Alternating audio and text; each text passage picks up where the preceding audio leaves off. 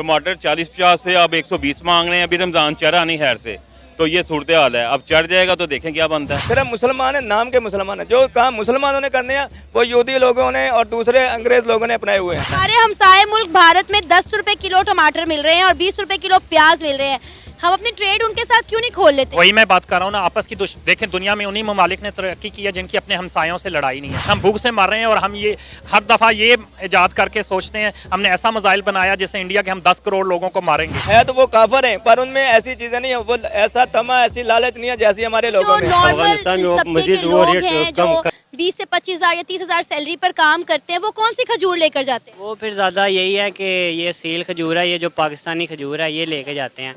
ये भी इस दफ़ा महंगी हुई है सैलाब की वजह से। सिंध में सैलाब आया क्योंकि ये सारी सिंध से आती है, तो इस दफ़ा सारा सैलाब आया तो इस वजह से ये भी महंगी होगी। पर फिर भी हमने रेट वो रखा हुआ है जो हर बंदा यानी कि आसानी से ले ले यहाँ से। अभी रेट बढ़ गए हैं या बढ़ने हैं रमज़ान की खुशी में?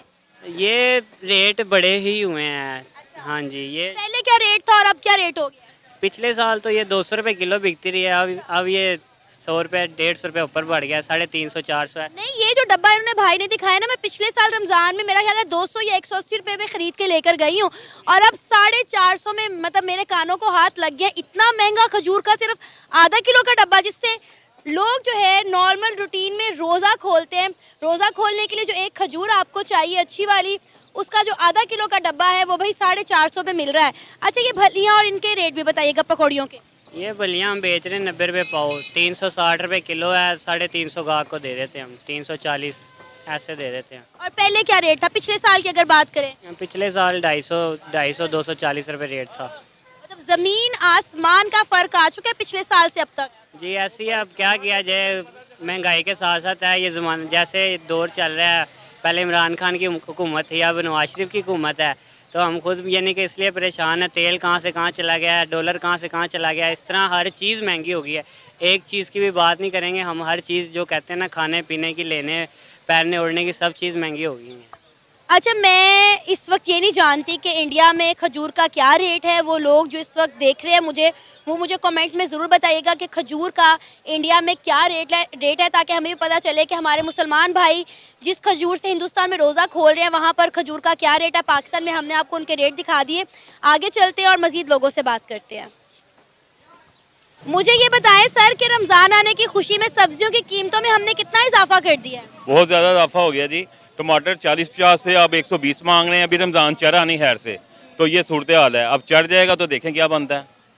और कौन कौन सी सब्जी की कीमतों में इजाफा होगा? हर चीज़ का यही हालत है जी, हर चीज़ महंगी हुई है और हर चीज़ महंगी। ये जो लेमन थे, ये नींबू, ये 50 रुपये किलो, 60 रुपये किलो थे, अब 200 मांगते हैं, 180 मांगते हैं, 250 मांगते हैं। किसी का कोई रेट नहीं है।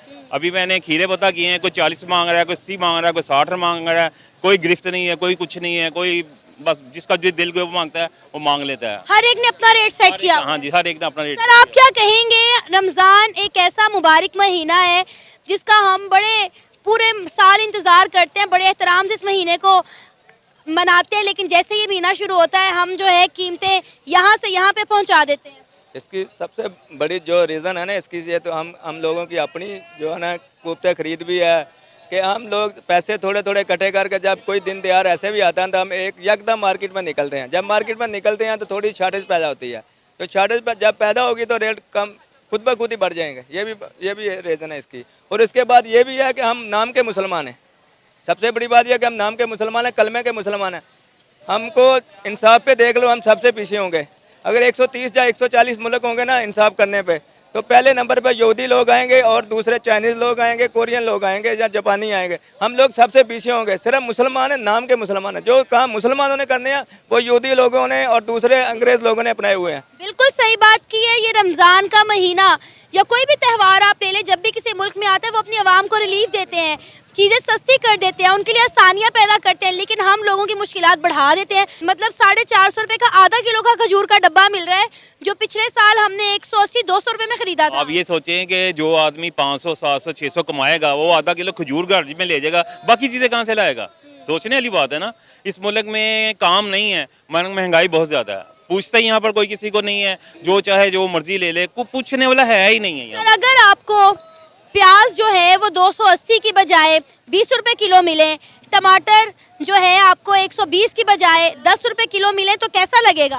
सर सब सही लगेगा, इसलिए कि वो कुव्वत खरीद में आ जाएगा। ये तो कुव्वत खरीद से बाहर हुए हुए हैं हर काम। आप यही मैं बता रहा हूँ कि आमदन नहीं है लेकिन खर्चे वो उसी तो आप ये हिसाब लगा लीजिए, जिस मुल्क में 1200 रुपये किलो प्याज बिक गया है वहाँ क्या हालत है। हालांकि हमारा मुल्क ज़राई मुल्क है तो ये हालत है। और जो मैंने आपको रेट बताया ना, ये हमारे हमसाया मुल्क इंडिया के रेट है। आप ये सोचें कि अब किसी मुसलमान में सोचने की कुव्वत समझ नहीं है कि सऊदी अरब है, वहाँ पहाड़ ही पहाड़ है, ज़राअत नहीं है, हर चीज़ बाहर से आती है, वहाँ कोई चीज़ शॉर्ट नहीं होती। ये ज़राई मुल्क है और यहाँ पर कोई चीज़ नहीं मिलती। कैसा चलाने वाले हमारे मुल्क है। हमारा हमसाया मुल्क भारत, वहाँ पे यहाँ से ज़्यादा कई गुना ज़्यादा मुसलमान हिंदुस्तान में रहते हैं।